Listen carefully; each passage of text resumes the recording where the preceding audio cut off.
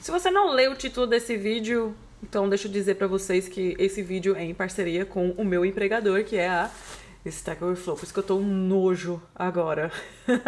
Então eu estou muito chique hoje, tá, queridos?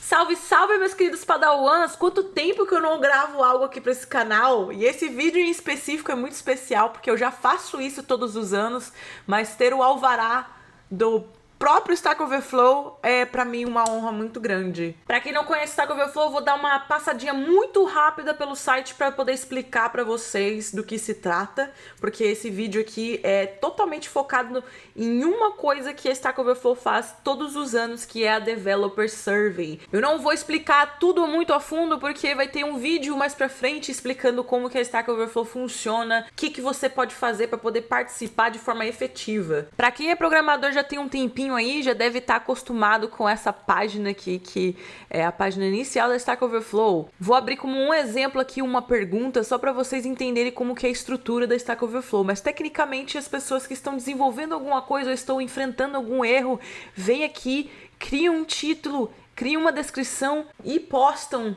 na expectativa de que alguma alma bondosa vai ajudá-los nesse problema.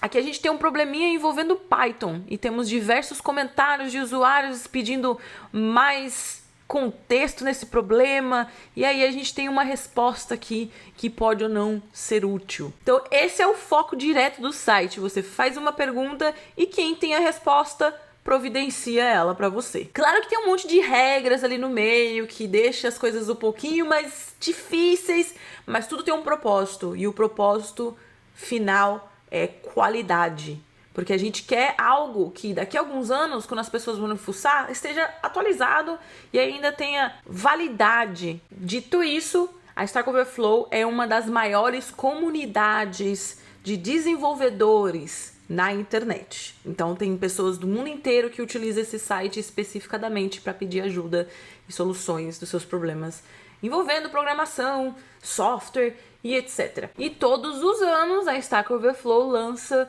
uma pesquisa para todos os usuários e não usuários responderem, para poder proporcionar informações relevantes sobre essa área e as pessoas que a constituem. E por que essa pesquisa é tão importante? Porque com ela a gente consegue captar informações valiosas sobre as tecnologias que são mais populares no momento, as linguagens de programação e ferramentas mais utilizadas pelos desenvolvedores ao redor do mundo. E isso ajuda a identificar as tendências emergentes e você consegue acompanhar todas essas mudanças, né, que estão acontecendo no mercado. Então, e com base nos resultados dessa pesquisa, empresas, organizações, elas podem tomar decisões estratégicas em relação às tecnologias que eles devem adotar, as habilidades dos seus desenvolvedores, que de recurso que eles têm que alocar para essas diferentes áreas de desenvolvimento. E também para as pessoas comuns, como você e eu aqui, ajuda a gente a se preparar para nossa carreira, porque dependendo do resultado, né, porque isso é gerado através de usuários, são desenvolvedores profissionais que estão respondendo essa pesquisa. Você consegue entender quais as habilidades que estão mais em demanda no mercado de trabalho, então quais as tecnologias que estão em ascensão e também as que estão perdendo a relevância no momento. Com base nisso você consegue se planejar e estipular que carreira que você quer seguir. E dentro disso também você consegue perceber as lacunas que estão na sua carreira, se te falta algum skill que você tá vendo que tá todo mundo adquirindo que vai ser benéfico para você. E também, né, a pesquisa promove essa interação da comunidade, de compartilhar as suas experiências entre os desenvolvedores. E então isso cria aquele senso de comunidade e você, obviamente, vai se beneficiar do conhecimento coletivo que essas pessoas estão disponibilizando através dessa pesquisa. Então tem toda uma análise comportamental e também estratégica através dessa pesquisa. E este ano, especificadamente, a pesquisa foi bem focada em Artificial Intelligence. Então, sem mais delongas, vamos olhar aí os resultados deste ano de 2023. Para acessar os resultados da pesquisa, tem dois jeitos para fazer isso daí. O mais fácil é clicar diretamente no link que eu disponibilizei na descrição desse vídeo, mas você também indo em stackoverflow.com, logo no começo do site você vai ter esse banner aqui mostrando os resultados também. Você pode clicar ali também que vai te levar exatamente no mesmo lugar. Então a primeira página aqui você tem o menu que você pode pular para as informações que você quer checar. Em maio de 2023, mais de 90 mil desenvolvedores responderam à nossa pesquisa anual sobre como eles aprendem e sobem de nível em suas carreiras, né? E quais ferramentas são usadas e quais as que são desejadas, que as pessoas estão querendo aprender. Bem-vindo à pesquisa de desenvolvedores de 2023. Por 13 anos, fornecemos informações do setor sobre a comunidade de desenvolvedores. Esta é a voz dos desenvolvedores. Analistas, líderes de TI e outros desenvolvedores recorrem a este relatório para se manterem atualizados com a evolução da experiência do desenvolvedor, tecnologias que estão crescendo ou caindo em popularidade e para entender para onde a tecnologia está indo. Aprender a codificar, aprender a codar, aprender a programar a partir de recursos online aumentou de 70% para 80% desde a pesquisa de 2022. E os entrevistados com 18 ou menos são os que selecionam com mais frequência recursos online, por exemplo, vídeos, blogs, fóruns, para poder aprender a programar. E os entrevistados de 25 a 34 anos foram a faixa etária mais avançada que aprendeu com cursos ou certificações online, que foi 52% dos respondentes. Mas ainda aprendem mais com escola tradicional, né? Que foi 55% das pessoas que responderam. Então, vamos dar uma olhada aqui no perfil do desenvolvedor. Se a gente trocar aqui por idade, as coisas fazem até um pouquinho mais de sentido. Por exemplo, no tempo de hoje, a gente tem mesmo a galerinha de 18 e menos utilizando muito mais recursos online. Faz sentido as pessoas de menos de 18 anos optarem por usar recursos online, como cursos, fóruns, blogs, porque é uma maneira mais despojada que as pessoas conseguem aprender também no seu passo. Lá na última faixa etária, que é de 65 anos ou mais velhos, aqui passa assim que nem um rodo a preferência por livros físicos, ao invés de aprender online. Porque na minha cabeça eu não acho que uma pessoa que trabalha nessa área há tantos anos vai ser relutante a utilizar tecnologia. Eu não sei, eu gosto de pensar que não. Eu gosto de pensar que pessoas que têm 65 anos e já trabalham nessa área desde muito tempo, elas são pessoas mais flexíveis com tecnologias e elas abraçam mais. Então eu acho que isso aqui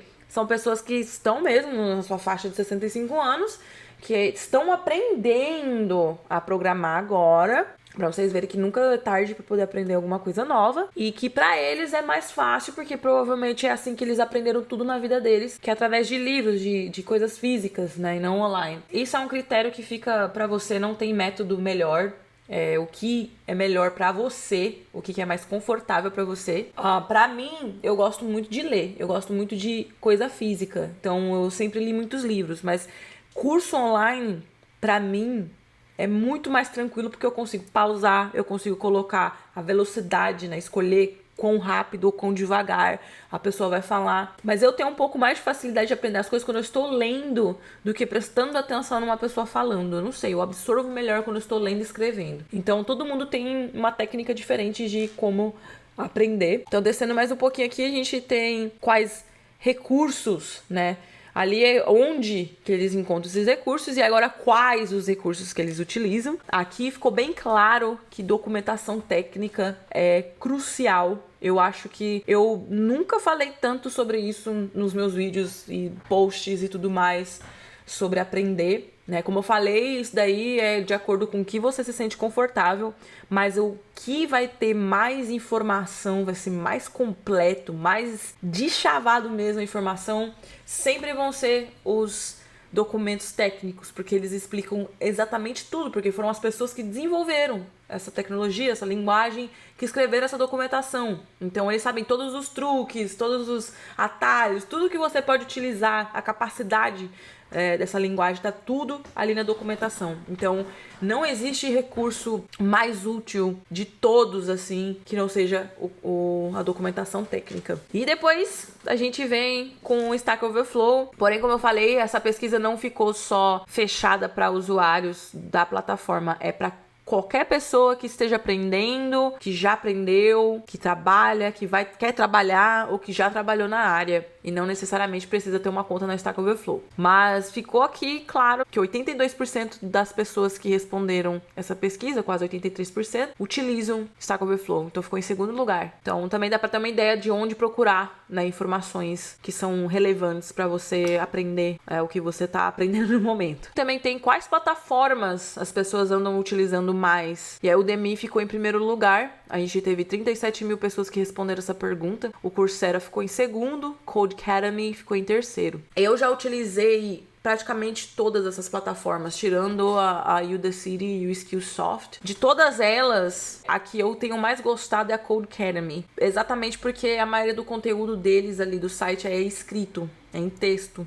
E eu prefiro ler. Eu gosto de ler em voz alta, como se eu estivesse lendo para outra pessoa, porque eu absorvo melhor. Também tem vídeos lá na plataforma, mas eu achei um pouco mais intuitivo. Para quem realmente não tem muita experiência na área, é algo que parece que tem um pouquinho mais de motivação por conta de todo o sistema de gamificação que tem ali na plataforma. Isso é questão de gosto mesmo e questão de testar as plataformas. A maioria delas oferecem um trial para você testar elas durante alguns dias. Ainda estamos no perfil do desenvolvedor. Aqui tá falando quantos anos programando as pessoas que responderam essa pesquisa têm. Então a média aqui entre 17,5 e 17 anos trabalhando na área. E a Austrália é o país que mais tem pessoas com mais tempo de carreira na área, seguido do Reino Unido. E aí temos os Estados Unidos, Canadá, e o Brasil tá aqui em 8º lugar no ranking, com a média de 12 anos. Então aqui a gente tem duas categorias. A gente tem essa categoria aqui de anos programando e anos programando profissionalmente. Então essa primeira categoria aqui são pessoas que podem estar trabalhando ou só utilizam como hobby, enfim, não necessariamente profissionalmente, mas todos os anos investindo em aprender a programar, fazendo projetos e etc. Então a média aqui é 17,5 anos de experiência, não necessariamente profissional na área. A gente tem anos trabalhando profissionalmente, que deu aí 71% das pessoas trabalham mais ou menos uns 14 anos das suas vidas com programação. Imagina, 30 anos trabalhando, programando, misericórdia! Essa é mais ou menos uma média, baseada nos 65 mil pessoas que responderam essa pergunta específica. É bom também olhar isso daqui, porque nem todas as perguntas são mandatórias. Algumas perguntas, elas são opcionais, então nem todo mundo responde elas. E aqui a gente tem a parte de função de desenvolvedor. E aqui fala, né, que poucos desenvolvedores se consideram um único tipo de desenvolvedor. E em vez disso, eles exibem uma diversidade de habilidades. E isso é muito comum nessa área. Principalmente pessoas que já trocaram de carreira e tudo mais. Então, são pessoas que têm um leque bem variado de habilidades. Então, essa daqui também é uma ótima diretriz para vocês terem uma noção do que as pessoas andam investindo em suas carreiras. Por exemplo, aqui é o tipo de desenvolvedor. A gente tem o full stack, o back-end, o front-end. Quase 77 mil pessoas que responderam essa pergunta, 33,48% delas são full stack. O administrador de banco de dados, por exemplo, só tem 0,33%. Uma coisa que eu preciso comentar também, que eu vou até voltar aqui, a gente está em Key Territories. A gente vai voltar, porque eu gostaria de ler a parte da metodologia também, que são coisas importantes. Devido às sanções dos Estados Unidos, infelizmente, alguns respondentes na Crimeia, Cuba, Irã, a Coreia do Norte, a Síria, eles não puderam participar. Alguns conseguiram através de VPNs, mas só para deixar claro, não é porque a Stack Overflow não quer que essas pessoas respondam. Pelo contrário, pesquisa foi aberta para todo mundo que quer participar da área, participa ou já participou. Então, não tinha intenção nenhuma de bloquear ninguém. Infelizmente, é algo político que a gente não tem controle.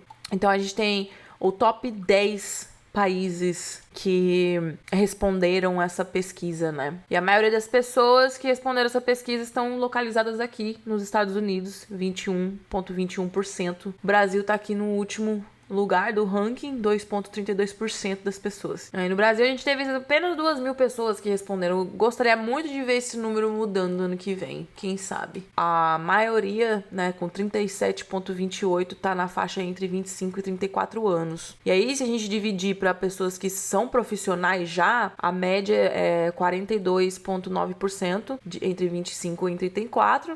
E aí, quando você vai e muda para aprendendo a programar, 55,05% das pessoas que responderam tem a faixa etária entre 18 e 24 anos de idade. Faz bastante sentido, porque realmente a gente nota que tem muita gente nova na área. Eu mesmo, com a minha própria comunidade brasileira, eu noto que tem bastante pessoas novas entrando nessa área. E aqui tem outros programadores também. Agora a gente vai para a seção de tecnologia. Essa é uma das partes que eu mais gosto da pesquisa, porque é aqui que você vai tirar informações super úteis na hora de você tentar adquirir conhecimento, né, para você decidir que carreira que você quer seguir. Essas informações são super úteis. Mas não vou falar para vocês se basearem 100% nas respostas disso daqui, porque tem todo um contexto por trás. Quando você vai escolher uma linguagem de programação, por exemplo, você tem que ter em mente o que você quer fazer com ela, né? O quão versátil ela vai ser para sua carreira. E tem que saber também a demanda, né? Se tem bastante demanda onde você mora, onde você pretende morar também. Tem várias questões que precisam ser levadas em consideração na hora de escolher uma linguagem. Algumas pessoas tem preferência por algumas, outras tem por outras, mas nessa seção da pesquisa te dá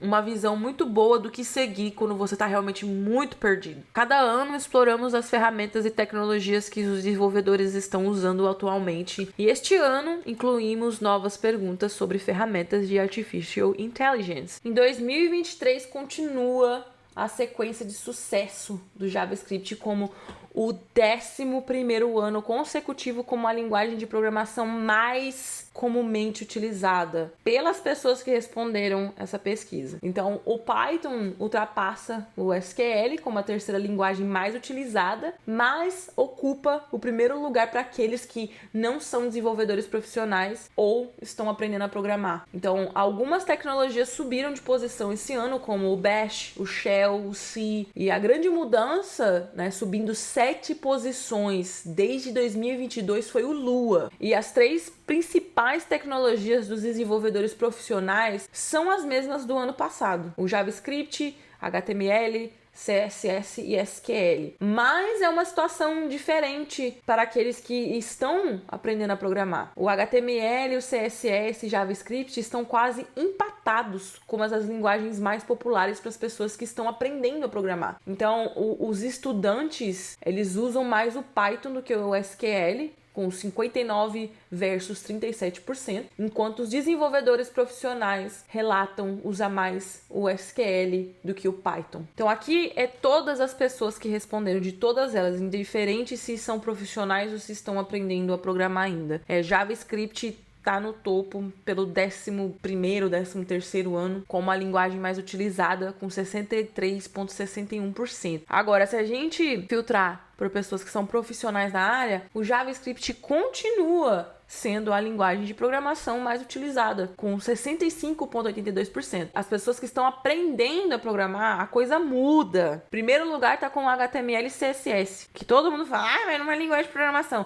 É linguagem de estilização. Ainda assim é uma linguagem. E ainda assim você é capaz de construir coisas com essas duas linguagens. Deixa esse povo falar o que quiser. Se você quiser falar que você é programador HTML e CSS, fale. É seu direito, é você que está trabalhando, é você que está exercendo. E aí vem o JavaScript. É uma stack muito óbvia. E é nada mais natural do que aprender HTML, CSS e depois JavaScript, para você ter essa stack toda, né, bonitinha. E aí a gente tem essa outra categoria que é outros programadores. E aqui eu eu posso dizer que são pessoas que não são tecnicamente programadores, mas eles utilizam alguma linguagem de programação no dia a dia. Então, faz sentido, né? Pessoas que não se consideram desenvolvedores, né, como a carreira principal, mas que utilizam de linguagem de programação. Então, faz muito sentido o Python estar em primeiro lugar, porque realmente é uma linguagem muito versátil, que as pessoas podem usar diversos cenários. E isso daqui dá pra você ter uma noçãozinha do que o pessoal tá utilizando, o que tá sendo mais frequentemente usado. Até pra você encontrar a comunidade vai ser um negócio muito mais tranquilo, porque são linguagens que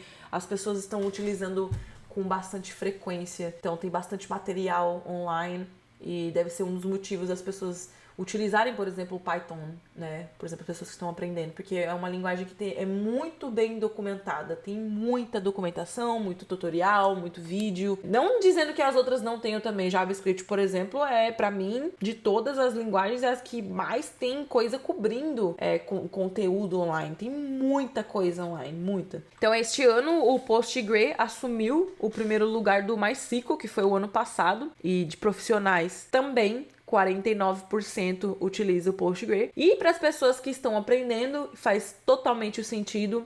O MySQL está em primeiro lugar com 45%. Eu não aconselho o Oracle para ser o primeiro banco de dados para vocês aprenderem. MySQL é o melhor de todos para quem está querendo aprender. PostgreSQL também. Então, são 2 bancos de dados que eu recomendo para quem tá querendo aprender PostgreSQL e MySQL. No geral, SQL, mesma coisa. A administração de banco de dados é bem parecido de um banco para outro, tirando o NoSQL. E aí a gente tem aqui a parte de plataformas da nuvem, né, de quais são as mais utilizadas. A AWS ainda continua sendo a plataforma mais utilizada. Agora a gente vem para os frameworks. O Node.js e o React são as 2 tecnologias da web mais comuns, usadas por todos os entrevistados. E aí ficou aqui outras ferramentas também que as pessoas utilizam. O Docker tá ali, 56,61%, seguido do NPM. A gente tem ambientes de desenvolvimento integrados, né, que são os editores de código. De todos eles, o Visual Studio Code, com 73,1%, é o mais utilizado por todos. E aí temos as ferramentas assíncronas, que as pessoas usam, né, para poder manejar seus projetos. E de todos eles, as pessoas utilizam bastante o Jira. Ferramentas síncronos, né, que são ferramentas, por exemplo, de mensagem direta, que você já consegue conversar em tempo real com as pessoas. De todos os respondentes, a maioria, 51,71%, utiliza o Microsoft Teams. E para quem tá aprendendo a programar, que faz totalmente sentido, isso daqui tá como top 1, que é o Discord, porque ele é gratuito, ele é muito mais jovem, muito mais legal, muito mais divertido.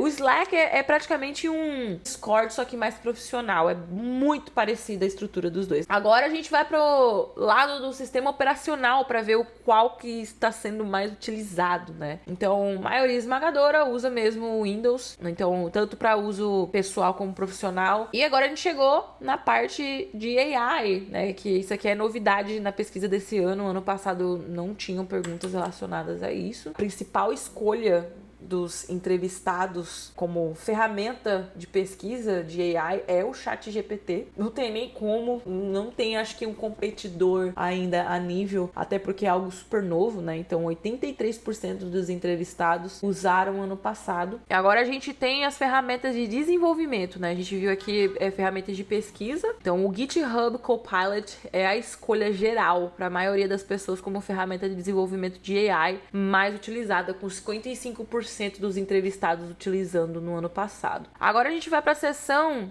que diz, né, que fala sobre as tecnologias mais admiradas e desejadas. Então, 40% das pessoas desejam JavaScript, enquanto 57% admiram o JavaScript. Para banco de dados é a mesma coisa. PostgreSQL desejado 42,27%, admirado 71,32%. Mesma coisa com as plataformas cloud. Agora a gente vai para a seção de trabalhou e aqui você quer trabalhar. Porque os desenvolvedores são naturalmente curiosos e interessados em novas tecnologias. Então a gente analisou quais tecnologias eles estão interessados em experimentar, né, com base no que estão usando agora. Então a gente pode ver aqui nesse gráfico super maneiro que ele está relacionando com por exemplo, PHP com HTML, com TypeScript. Trabalho com uma, mas gostariam de trabalhar com outras também.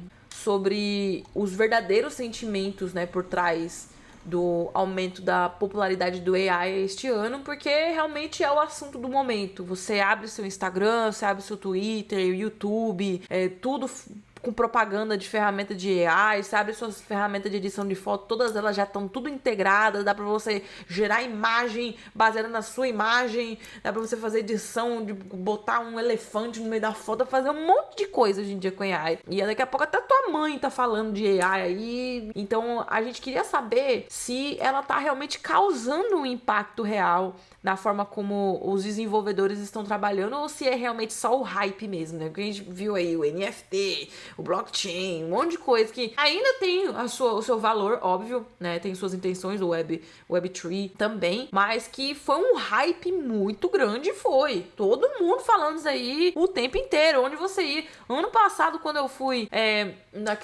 naquele encontro Summit lá em Portugal, foi o dia inteiro ouvindo falar disso daí. NFT, não sei o que de blockchain, e que não sei o que de não sei o que lá, o dia inteiro falando disso daí. Hoje em dia o pessoal nem fala mais. Morreu, acabou.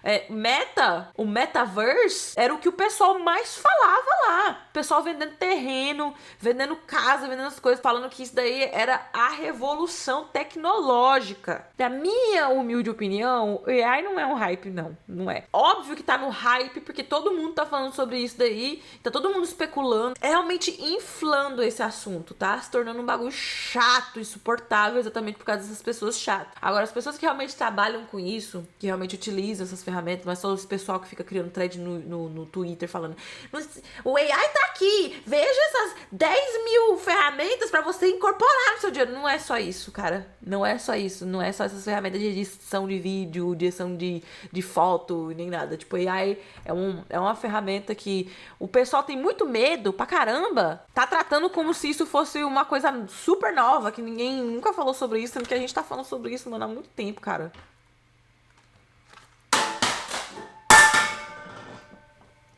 Não é pra ter medo. É pra gente abraçar isso daí e ver as possibilidades. Como qualquer disrupção na área de tecnologia, tudo que causa esses burburinhos dá medo mesmo, né?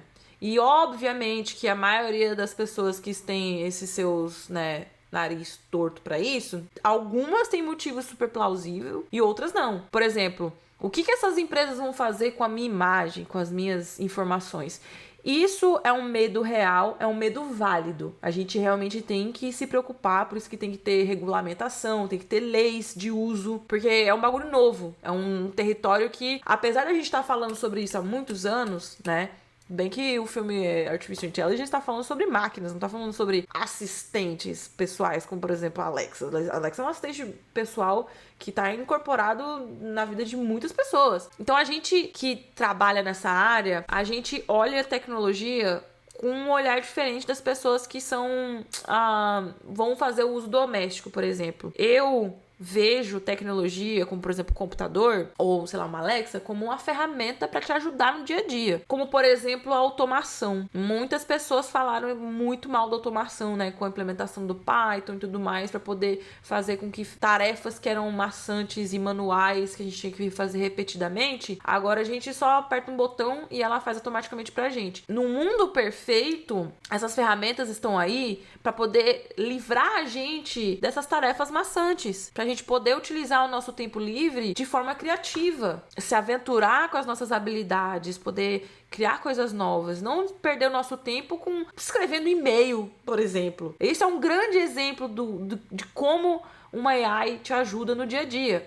Eu não vejo problema nenhum no e-mail ser composto por um assistente de AI. O que eu vejo problema é se você não checar se tem informação verídica ou não. Então, você, em conjunto com a ferramenta, e-mail que você talvez demoraria uns 30 minutos para poder compor, dependendo do tamanho dele, você consegue fazer em 10 minutos. E aí você faz a revisão em 1 minuto. Você manda aquilo dali e você tem todo esse tempo livre para poder fazer qualquer outra coisa. Realmente, é de se ter medo mesmo. As pessoas têm medo de serem substituídas pelo AI. São medos válidos, né? Mas por enquanto, eu acho que é importante para as pessoas, principalmente que estão nessa área, de se educarem a respeito, entender o que é a inteligência artificial, quais são as ferramentas que estão utilizando isso daí, o que isso vai impactar o meu trabalho, né? O que eu preciso me atualizar para poder estar a par nesse mundo novo. Isso vai afetar a minha carreira em si? Eu vou ter que aprender alguma coisa nova? São todas questões que, não somente nesse período, acho que qualquer período disruptivo na história da tecnologia, um exemplo muito bobo, né? Por exemplo, as pessoas que desenvolviam o site, hoje em dia tem que se preocupar com coisas que elas não tinham que se preocupar alguns anos atrás. Por exemplo, um exemplo bem bobinho, resolução e dimensão de uma tela de computador. O seu site ele tem que ser responsivo.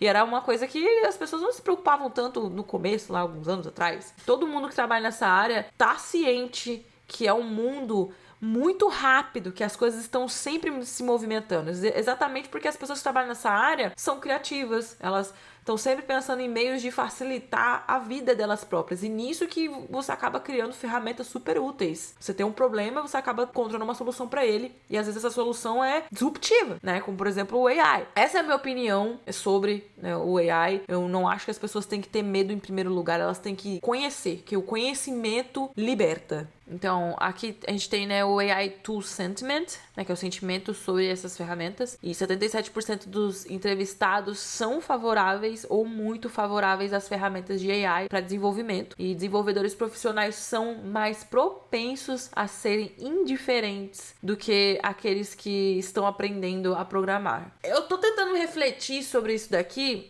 E isso aqui é uma opinião totalmente tirada de dentro de mim mesma, né? Não tem nenhum viés científico que eu vou falar. Pessoas que são profissionais, eu acredito, baseado na idade, né, das pessoas que responderam aqui, são pessoas que já trabalham nessa área, né, como a gente viu na média ali, muitos anos, né? São pessoas da faixa etária de 25 até 30 e pouco, quase 40 anos, que já tem mais de 10 anos de experiência. Então são pessoas que são um pouquinho mais relutantes. E aí eu queria entender o porquê essas pessoas não utilizam essas ferramentas ou estão relutantes. Se é por causa do ego, né, que elas acham que não necessitam de ajuda nenhuma nesse sentido, que elas são autossuficientes, ótimo. Tem pessoas que realmente sabem fazer tudo, não precisa de ajuda de nada, perfeito. Pelo preconceito mesmo, né, de utilizar essas ferramentas, né. Mas eu sei que tem pessoas que realmente não querem botar informação ali para alimentar, né, esse modelo com informações que provavelmente são sensíveis, ou enfim, eu tô tentando decifrar a mente dessas pessoas, né?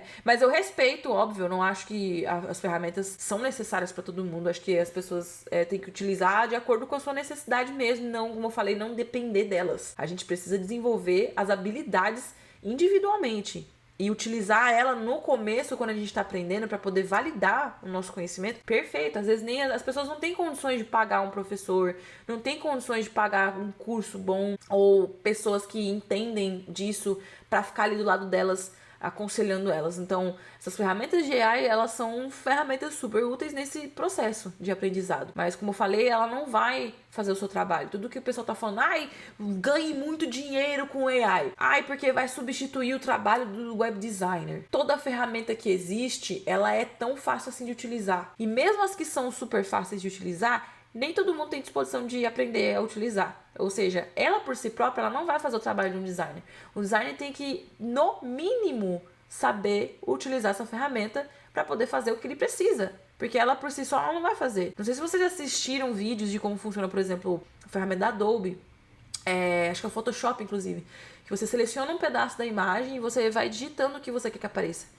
Você tem que saber o que você quer que apareça ali. Você tem que ter uma noção muito boa do que como editar tudo ali para parecer natural. Porque não parece natural.